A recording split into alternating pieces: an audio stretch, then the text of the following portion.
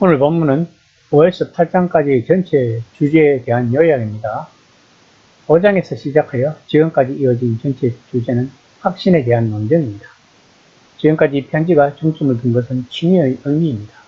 하나님은 복음을 믿는 사람은 누구나 어렵다고 선언하셨고 이러한 하나님의 판결을 뒤집을 사람은 아무도 없다는 것입니다. 결국 믿음에 의한 칭의는 확신의 근거지 칭의 자체의 근거는 아니라는 것입니다. 우리는 믿음에 의한 칭의를 믿음으로써 믿음에 의해 어렵다함을 받는 것이 아니라 복음을 믿음으로써 믿음에 의해 어렵다함을 받는다는 것입니다. 여기서 복음을 믿는다는 것은 예수님은 십자가에 달리시고 부활하신 세상을 주로 믿는 것입니다. 칭의를 이해할 때 우리가 얻는 것은 칭의가 아니라 확신입니다. 복음 안에서 우리를 부르신 하나님이 우리를 하나님의 가족의 구성원이라 선언하셨으며 우리를 내쫓지 않으실 것이라고 확신하는 것입니다. 8장 31절입니다. 그런즉 이 일에 대해 우리가 무슨 말을 하랴. 만일 하나님이 우리를 위하시면 누가 우리를 대적하리요.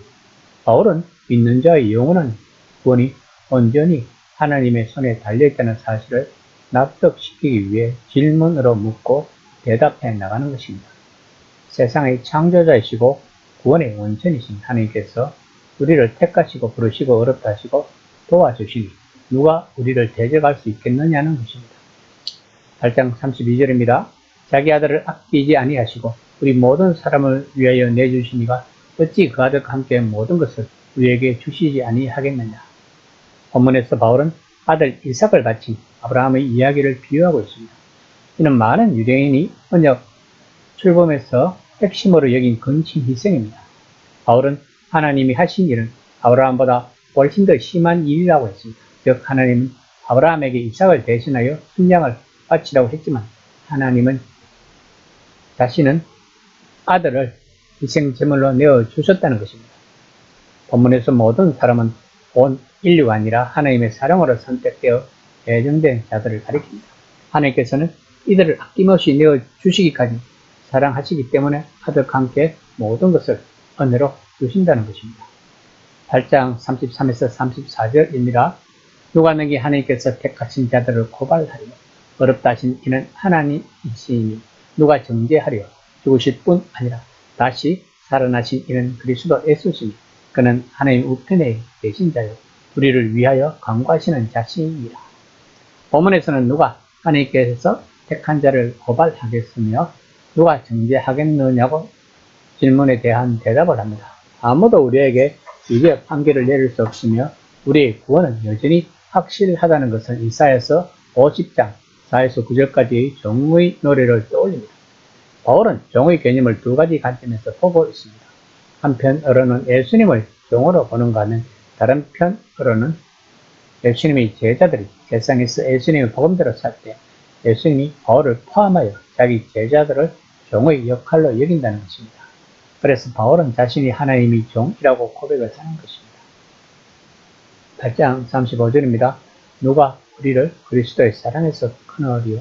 환난이나 공고나 박해나 기근이나 적신이나 위험이나 칼이냐. 본문은 바울이 복음을 전하면서 자기가 겪은 것을 이야기하고 있는 것 같습니다.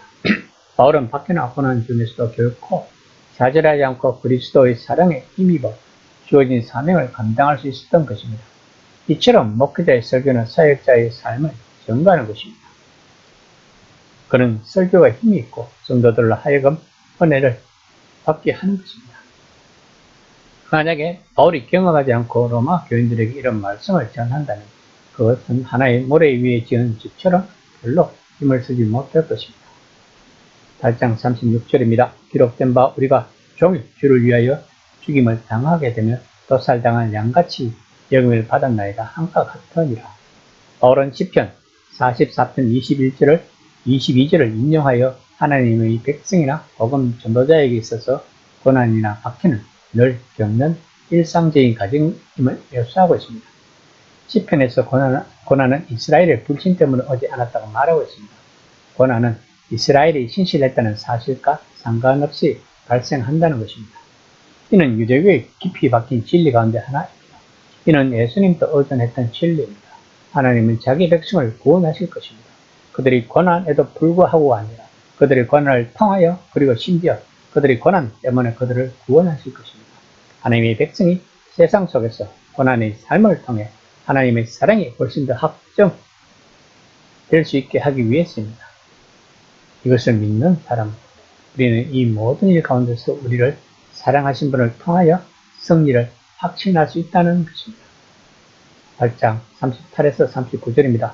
내가 확신하노니 사망이나 생명이나 천사들이나 권세자들이나 현재 일어나 장래일이나 능력의 높음이나 깊음이나 다른 어떤 피조물이라도 우리를 주 예수 그리스도 안에 있는 하나님의 사랑에서 끊을 수 없느니라.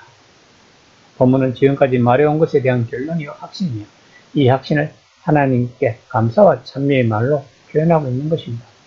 바울은 외부의 어떤 힘이나 존재, 피조물도 그리스도 안에 있는 믿는 자들을 향해 하나님의 의도를 해방할 수 없고 하나님과 그 자녀들 사이에 존재하고 있는 이 사랑의 끈을 끊을 수 없음을 강조하고 있는 것입니다. 결국 반복적인 기착점은 바로 사랑입니다. 사랑은 전체 단락에 깔린 기본 주제입니다. 우리는 하나님의 사랑이 예수님이 죽음에서 나타난 5장 1에서 11절까지를 알아야 합니다. 하나님의 사랑은 둥근 원처럼 끝이 없습니다. 하나님의 사랑은 죽음과 삶을 하나같이 하늘과 땅의 권세로 의기양양하게 다스릴 것입니다.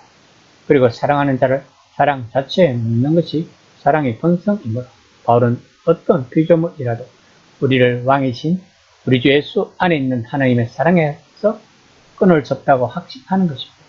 이 시간에 한번 생각해 봅시다. 나는 과연 하나님의 그 사랑을 느끼고 있는가를.